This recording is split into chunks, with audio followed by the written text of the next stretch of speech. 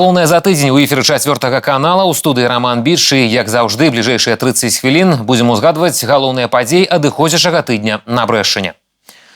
Грамадскія прыёмныя працягваюць сваю работу. Яны прымаюць ідэі і прапановы ад жыхароў па пытаннях канстытуцыйнай рэформы і ў цэлым далейшага развіцця рэгіёнаў і краіны.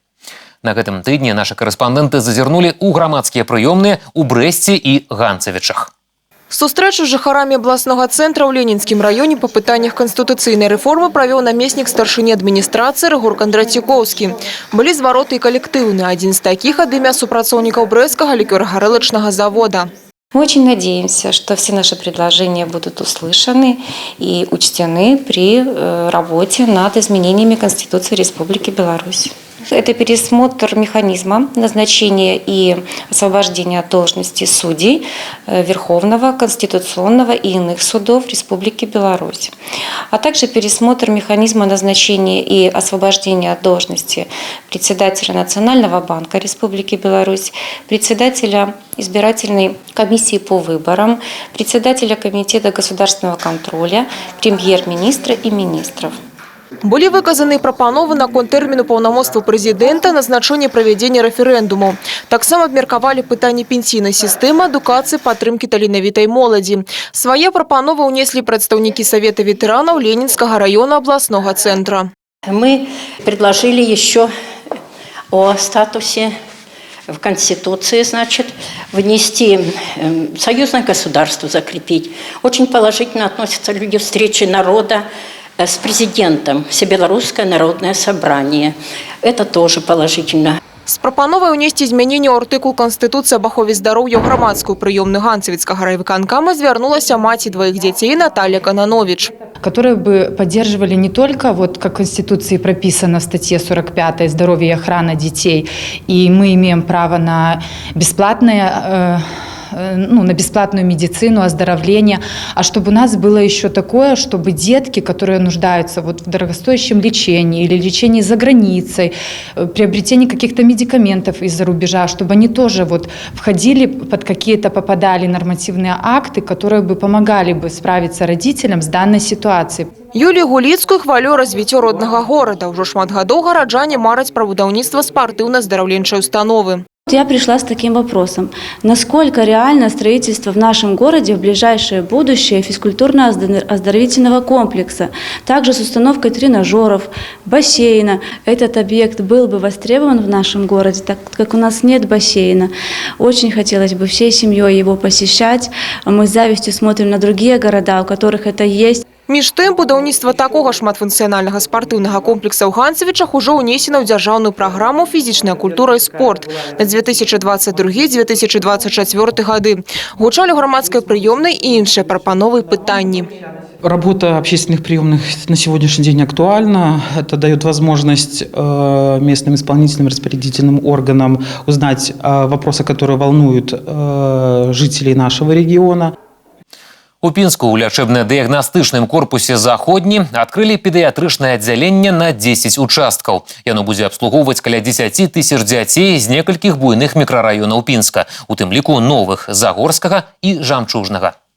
Вось так выглядала адно з педыятрычных аддзяленняў Пінскай дзіцячай паліклінікі ў мікрараёне «Заходні», дзе яшчэ некалькі дзён таму педыятры вялі прыём дзяцей з найбліжэйшых гарадскіх мікрараёнаў. Ситуация с недохопом места и отсутностью урачоў вузкой специализации ускладнялась поступова.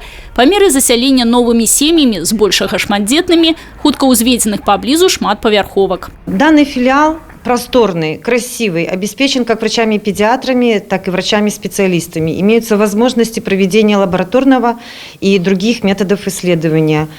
Предполагается возможное проведение рентген-обследования и УЗИ-обследования. Замест одного паверха и некалькіх урачэбных кабінетаў, разлічаных на 5 участкаў, цяпер трэцяе педыятрычнае аддзяленне дзіцячай паліклінікі атрымала асобнае крыло на 10 педыятрычных участкаў, якія павінны ахапіць каля 10 тысяч дзяцей. Анализы уже здесь можно будет сдавать, никуда не надо ездить по городу, на месте все. Ну и место больше, теплее. З'явілася асобная лабараторыя і нават першы ў горадзе мадэльны цэнтр па прафілактыцы дзіцячага траўматызму. Апошні быў створаны пры падтрымцы і суправаджэнні ЮНІСЕФ і стаў другім у вобласці. Что тычыцца прыёму ўрачамі вузкай спецыялізацыі, то сёння ў аддзяленні працуюць травматолог, аллерголог и кардиолог. Учитывая, что данный микрорайон растет, поэтому здесь есть направление, перспектива изменения и конфигурации, и помещений и так далее. Благо объемы и площади позволяют, поэтому мы планируем при необходимости, имеем такую возможность увеличить количество специалистов узких на этой территории в полном объеме. Па словах кіраўніка пінскага гарвыканкама, які асабіста наведаў новую установу, акрамя забеспячэння насельніцтва медпаслугамі, на кантролі ў мясцовых улад і пытанне даступнасці школ і дзіцячых садкоў. Что касается, в данном случае этого микрорайона, да, то здесь достаточное количество дошкольных и школьных учебных заведений, и некоторые из них испытывают даже недостаток учащихся. Поэтому я думаю, что произойдет естественное перемещение и перераспределение. А когда мы заселим полностью микрорайон, тогда мы еще раз сможем, так сказать, обратить внимание и проанализировать реальную потребность в наличии мест дошкольных и школьных учебных заведений. Что тычыцца дыягнастычна-лячэбнага корпуса «Заходні», тут у бліжэйшай перспектыве размесціць яшчэ і гінекалагічнае аддзяленне. Тацяна Будгусаім, Людмила Садзна, Александр Дьяченко, тэлерадыёкампанія «Брэст». Напрыканцы працоўнага тыдня у Брэсце ўзнагародзілі тых, хто заўсёды ў авангардзе падзей – журналістаў. Падведзены вынікі абласнога штогадовага конкурсу сярод сродкаў масавай інфармацыі. Папоўнілася і скарбонка перамог тэлерадыёкампаніі «Брэст». Першае месца сярод рэдакцыі тэлебачання і радыё. Дыпломы атрымалі таксама асобныя праекты і аўтары. У поле зранку і да вечара сеюць і збіраюць хлеб, развіваюць малочную галіну, уносяць значны ўклад у эканоміку рэгіёна. Пакуль прадстаўнікі сельскай гаспадаркі заваёўваюць свае вяршыні, аўтар праграмы «Аграград» тэлеканала «Беларусь-4 Брэст» Праскоўя Якіменка расказвае аб іх поспехах на ўсю вобласць і сама атрымлівае ўзнагароды. Перамагла ў номінацыі «Адраджэнне сяла» рэгіянальнага конкурсу сярод СМІ. Адзначае, гаспадаркі развіваюцца так, што заўсёды ёсць аб чым расказаць. Это люди нашего времени, у которых, скажем так, они работают теперь на таких тракторах, на такой сельхозтехнике, которой компьютеризировано все. И мы даже иногда удивляемся, насколько там все оснащено. Это как микродом какой-то. Есть желание работать. У нас на селе очень много сделано для труженика села. Стварэнне аднаго тэлевізійнага праекта праца вялікай каманды аўтараў, аператараў, рэжысёраў, тых, хто працуе з гукам і тэхнікай. Увесь калектыў тэлерадыёкампаніі «Брэст» атрымаў перамогу сярод аўдыёвізуальных СМІ. Дыплом уручылі дырэктару Ларысе Дабрадумавай.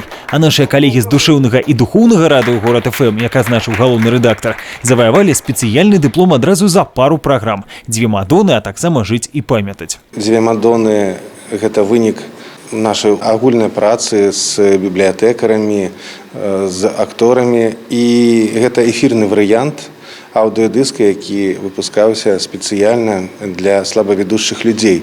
Так бывае, бярэш удзел у праекце, а пасля разумееш, што з гэтага можна нешта зрабіць цікавае, адаптаваць пад эфір. Цікава, таму што гэта вершы на беларускай мове, якіх мала ў FM-прасторы. Узнагароджанне лепшых прадстаўнікоў СМІ Брэста прайшло ў сценах цытадэлі, месцы памяці, якую у тым ліку сёння словам абараняюць журналісты. У номінацыі «Захаванне гісторыка-культурнай спадчыны» перамог рэдактар абласной газеты «Заря» і гісторык, а значыць адначасова летаписец минулого и сучаснага Евген Литвинович. Прошлый год выдался в плане истории нашего края знаменательным трижды. Во-первых, это было связано со столетием образования Белорусской Советской Социалистической Республики, 80-летием объединения Западной Беларуси с Восточной, ну и, конечно же, это тысячелетие Бреста. Можно сказать, что именно это позволило реализовать собственный творческий проект.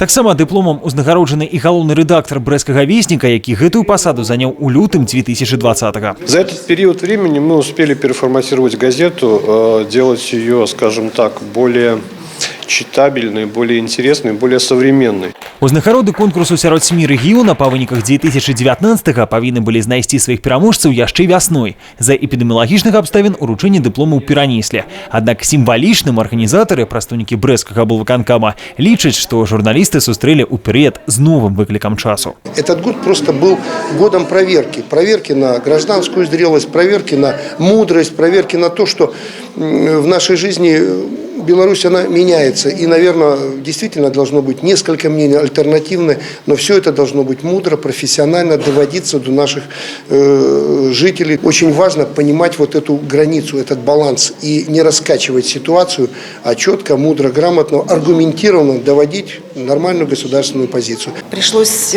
столкнуться с новыми, в том числе информационными вызовами.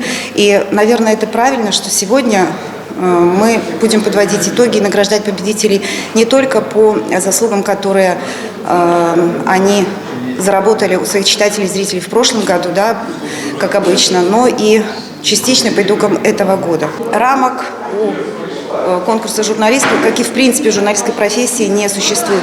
Потому что сегодня мы награждаем не только профессиональных журналистов традиционных СМИ, сегодня мы будем награждать также новое явление на медийном поле – это блогеров. Пакуль па выніках абласнага конкурсу узнагародзілі толькі брэсцкіх журналістаў, далей дыпломы працягнуць уручаць у Пінску і Баранавічах. Новы навучальны год пачаўся 1 снежня ва ўзброеных сілах нашай краіны. Новабранцаў напярэдадні сустрэлі і ў ваенных часцях брэсцкага гарнізона. 38-ю дэсантна-штурмавую брыгаду папоўнілі без малога 700 новабранцаў. З самага пачатку навучальнага года іх, акрамя тэорыі, чакае і практыка. Палявыя выхады, заняткі з баявымі стрэльбамі, ротныя тактычныя вучэнні. И венцом всей этой подготовки в первом полугодии будет бригадное тактическое учение под руководством командующего силами специальных операций. Также бригада в этом году подвергается комплексной проверке под руководством начальника главной военной инспекции. Во втором полугодии у нас запланировано участие в учении с Китайской Народной Республикой «Стремительный орел». И как венец подготовки всего года и второго полугодия – это участие в стратегическом оперативном учении «Запад-2021». 41-го вайскоўца прыняў 115-й зенітна-ракетны полк, папаўненне і ў 48-м асобным батальёне радыёэлектроннай барацьбы і ў 111-й артылерыйскай брыгадзе. Словы прысягі военнаслужачыя прынясуць ужо 12 снежня. Уваход у сродках аховы. Да таблічак з папераджальнымі надпісамі пасля ўвядзення масачнага рэжыму прызвычайваюцца жыхары вобласці. А для ўрачоў, якія штодзень выходзяць на працу як на вайну, маска і пальчаткі толькі частка уніформы. Адна з асноўных тэрыторый барацьбы з каронавірусам у нашым рэгіёне – Брэсцкая абласная клінічная бальніца. Брудная зона – корпус інфекцыйнага аддзялення. Як змагаюцца тут за здароўе ковідных пацыентаў, у матэрыяле Уладзіслава Бондара. Інтэрн Брэсцкай абласной бальніцы Настасья Солнцева заўсёды уяўляла сябе ў медыцынскім халаце, а ў выніку кожны дзень апранае ледзь не касцюм хімаховы. У такіх умовах асвойвае працу інфекцыяніста. Ураджэнка Баранавічаў скончыла Гродзенскі медуніверсітэт. Праўда, у студэнцкай літаратуры ні слова пра барацьбу з асоба небяспечным вірусам і пра тое, што працаваць прыйдзецца на два лагеры – чыстую і брудную зоны. Конечно, я не думала при поступлении в университет, что у нас будет такая эпидемия, что мне придется работать в защитных костюмах. Но с течением времени, конечно, привыкаешь к этому, и уже не кажется это таким страшным. Рабочее время у врачей в отделении заканчивается в 5 часов вечера. Вот, и далее начинают работать дежурные врачи. Утром начинается пятиминутка, и медсестры докладывают все, что было с пациентами за сутки. А далей справа за ўрачамі абыход пацыентаў. Каб прайсці да хворых на каронавірус разам з Насцей, нашу здымачную групу таксама пакуюць у спецыяльныя касцюмы. У гэтым і новички таму дапамагаюць у прыёмным пакоі. То есть мы сейчас одеты полностью, как одеваются врачи? Да, абсолютно, абсолютно. Вот, вы достаточно одеты очень хорошо, у вас все участки тела закрыты. Доступ только глаза. А вочы нашага аператара Сергея камера, як і ён сам, таксама ў сродках аховы, якія пасля здымкаў неабходна знішчыць. Складана уявіць, аднак усё гэтае адзенне на нас апранулі прыкладна за 5 хвілін. Мы гатовы зайсці ў чырвоную зону да сустрэчы з пацыентамі з COVID-19.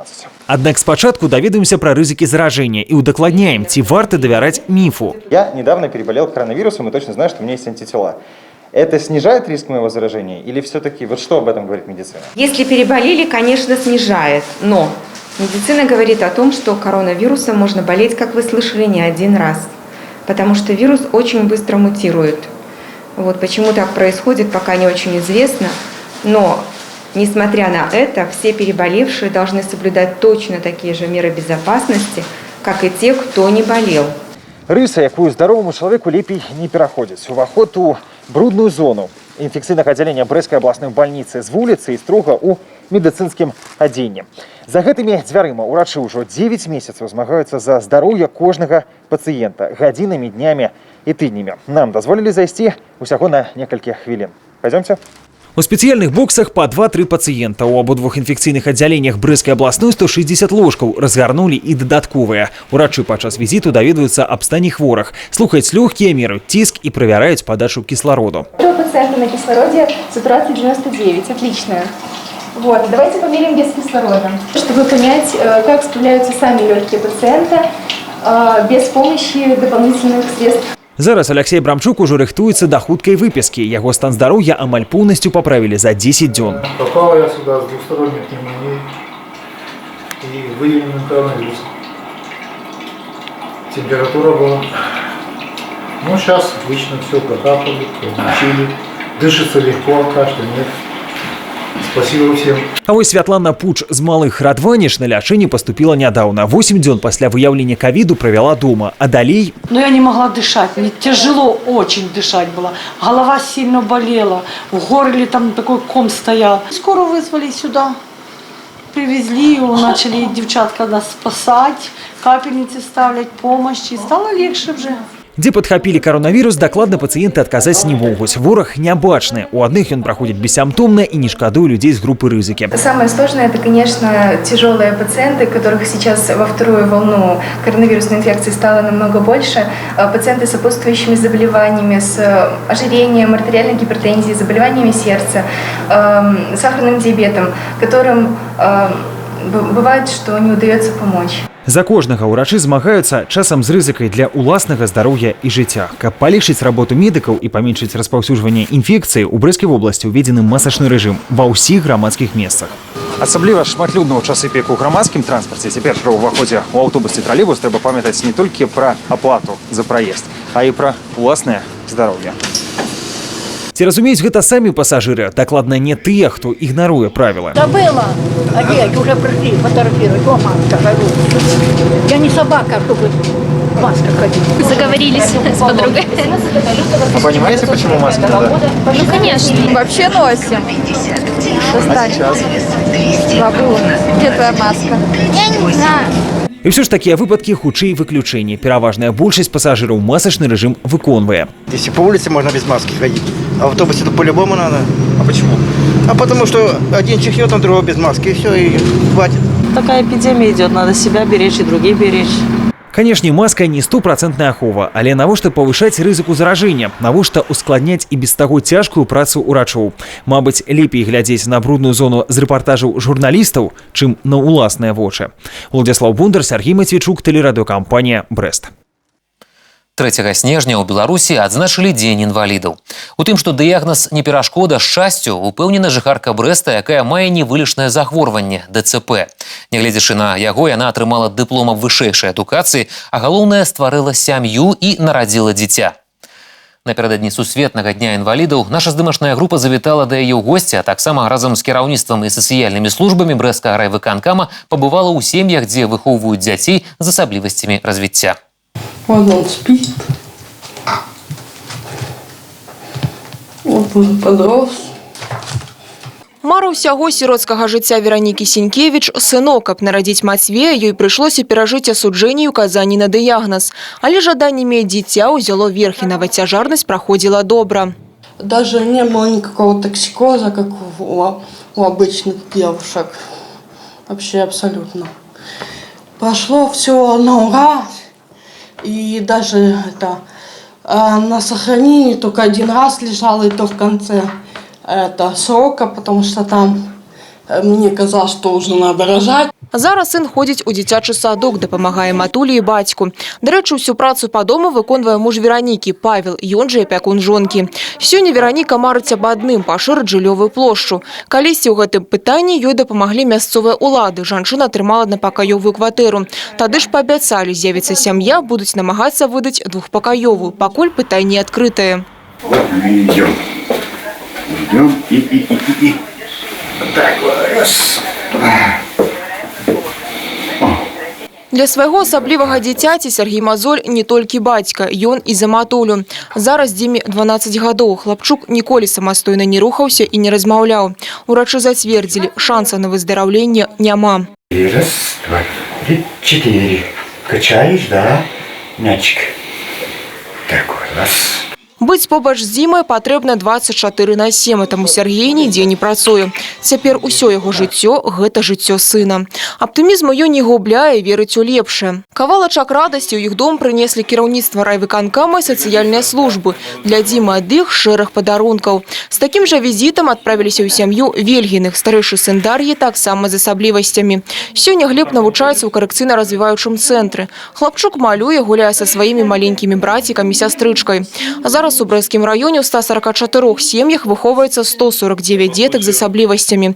Па магчымасці кожнаму з іх улады сацыяльныя службы намагаюцца надаць увагу і дапамагчы. Есть несколько направлений этой помощи. Одна из самых востребованных, которая вот по этому году, если говорить, то это компенсация затрат родителям на приобретение подгузника. Вот обратилось 15 семей, им оказана помощь на 15 тысяч рублей. 9 семьям мы помогли в этом году техническими средствами для передвижения детей с особенностями развития. Кроме этого, оказывается материальная помощь семьям, у кого низкий доход на одного члена семьи. Для такіх жыхароў дзейнічае сістэма бясплатнага забеспячэння медыкаментамі. Прадстаўляюцца пуцёўкі ў санаторыі.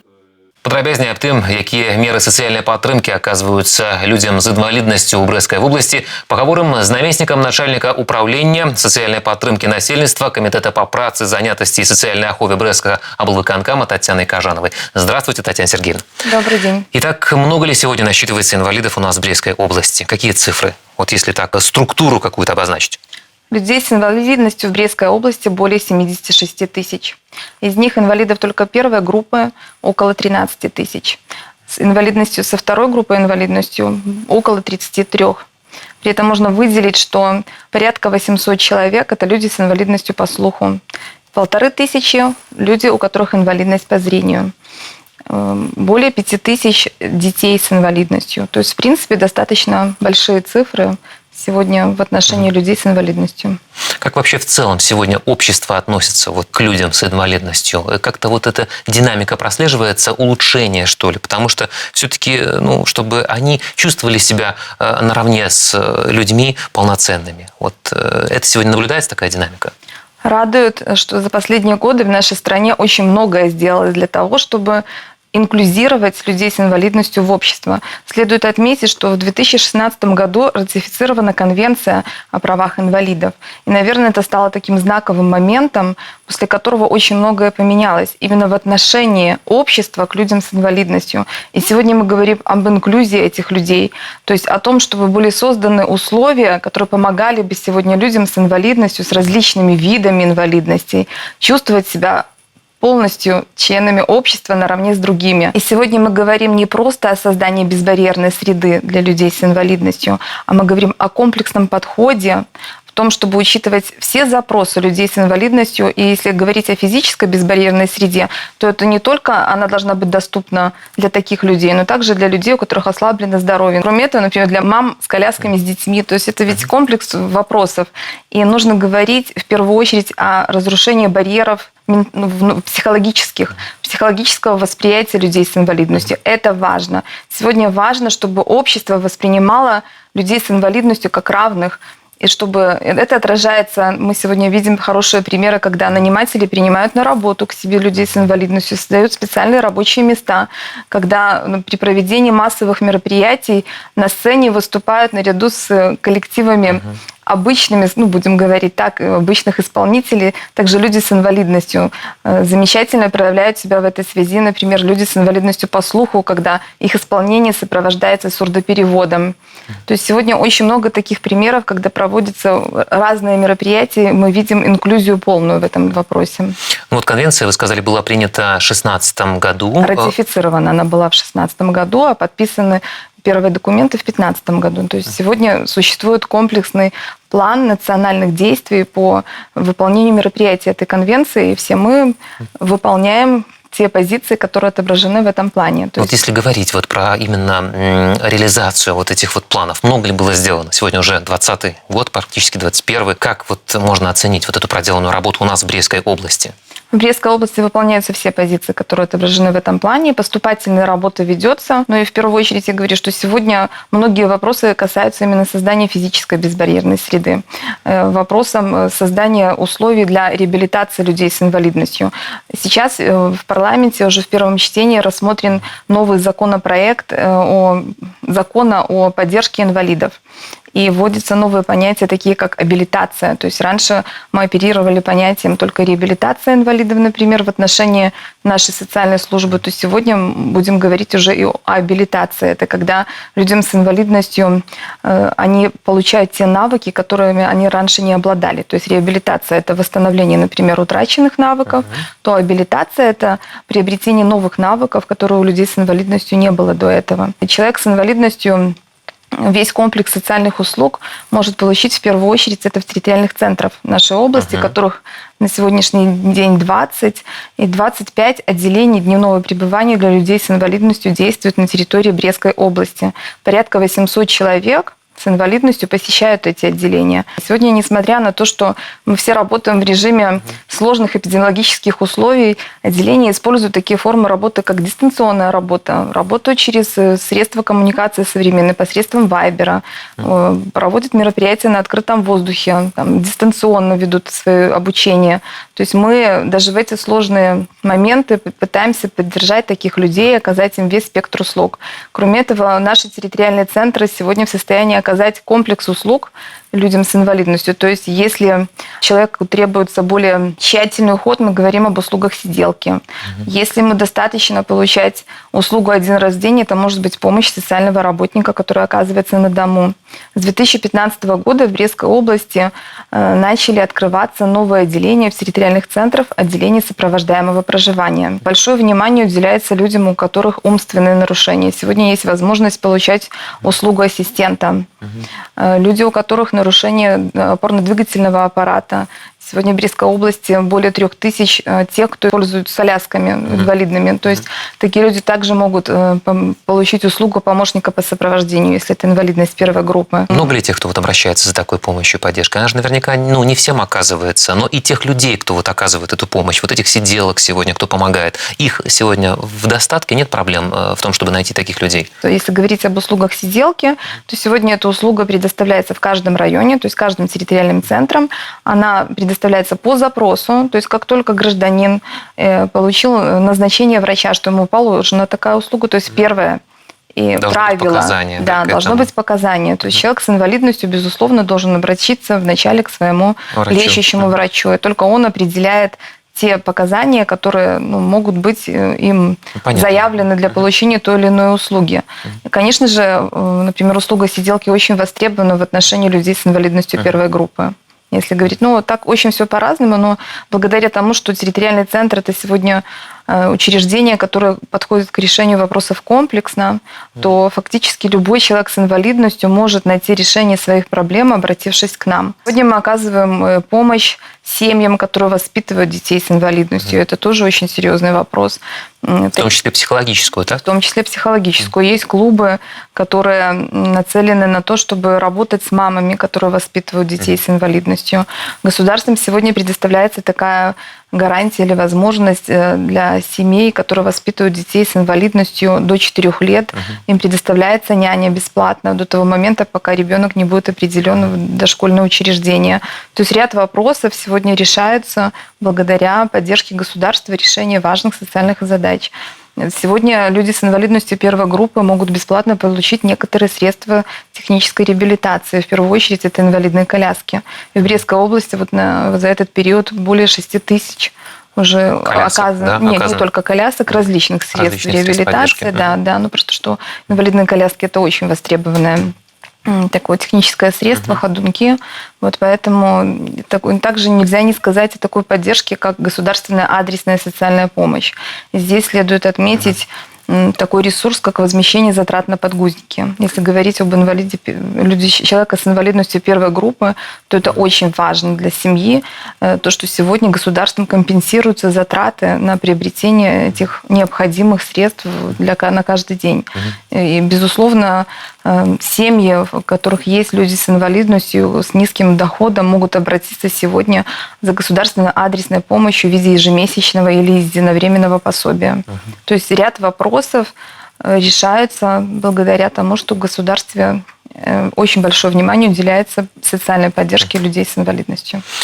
Сегодня вот в связи с неблагоприятной эпидемиологической ситуацией, есть ли какие-то вот меры поддержки по доставке продуктов сегодня инвалидам? Потому что им, конечно же, наверняка нежелательно выходить из дома там часто, к примеру. Вот что-то в этом направлении. Есть какие-то программы? Да. Уже с марта месяца в территориальных центрах мы, наверное, самые первые среагировали на именно эту ситуацию.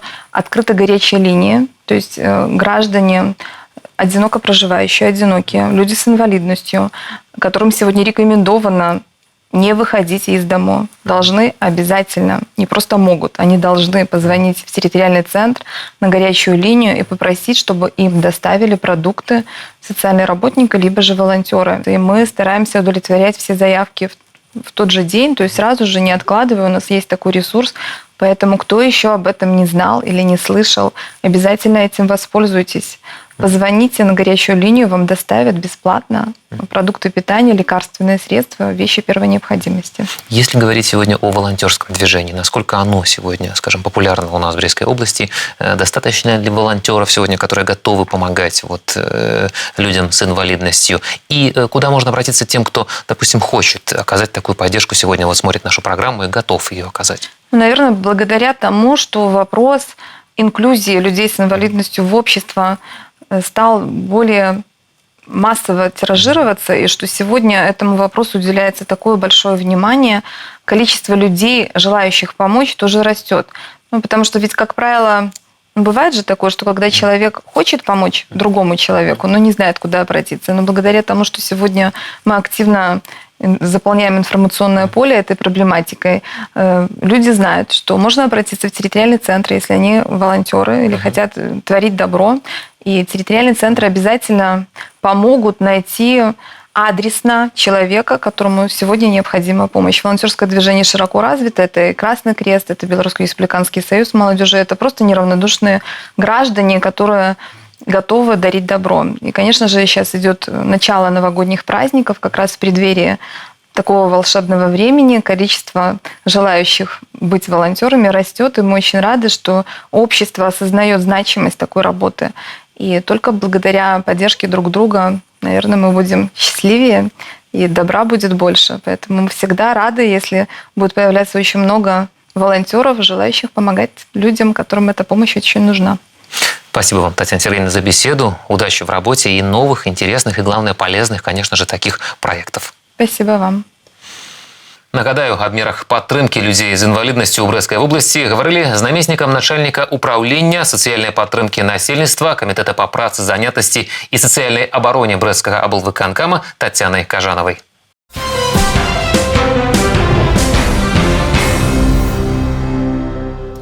Віншаванне на гэтым тыдні прымаў і футбольны клуб «Ніва» з аграгарадка Доўбізна, што ў Камянецкім раёне. Уладальнік галоўнага трафея аматарскага футболу ў Беларусі Кубка рэгіёнаў.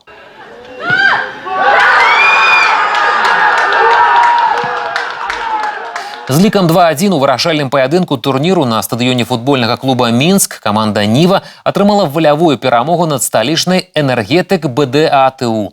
За Кубкам рэгіёнаў футбалісты-аматары з Доўбізна палявалі на працягу 10 гадоў. З запаветнай перамогай іх віншавалі намеснік старшыні Брэсцкага аблвыканкама Геннадзь Барысюк і старшыня Беларускай федэрацыі футболу Уладзімір Базанаў. У падарунак камандзе форма і мячы. В прошлом году у нас была победа «Динамо Бреста», а сегодня вот победа этой команды «Нива» в любительском региональном кубке.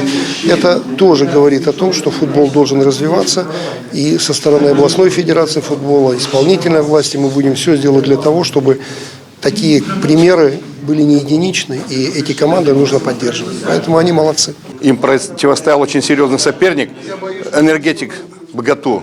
Показали очень хороший футбол и действительно не по праву завоевали этот кубок. Брестская область, она всегда есть и была, и будет футбольной, потому что очень много футболистов для Республики Беларусь выросло здесь, на Брещине. Всегда идет развитие только вперед и очень много планов. У наступным годзе Нива павінна прадставіць нашу краіну ў розыгрышы Кубка рэгіёнаў УЕФА. Да галоўнага зімовага свята менш за месяц. У Брэсце актыўна ўсталёўваюць ёлкі, упрыгожваюць вітрыны ў крамах, цэнтральныя вуліцы пачынаюць зіхацець агнямі. На гэтым тыдні стартавалі святочныя кірмашы па продажы тавараў навагодняга асартыменту.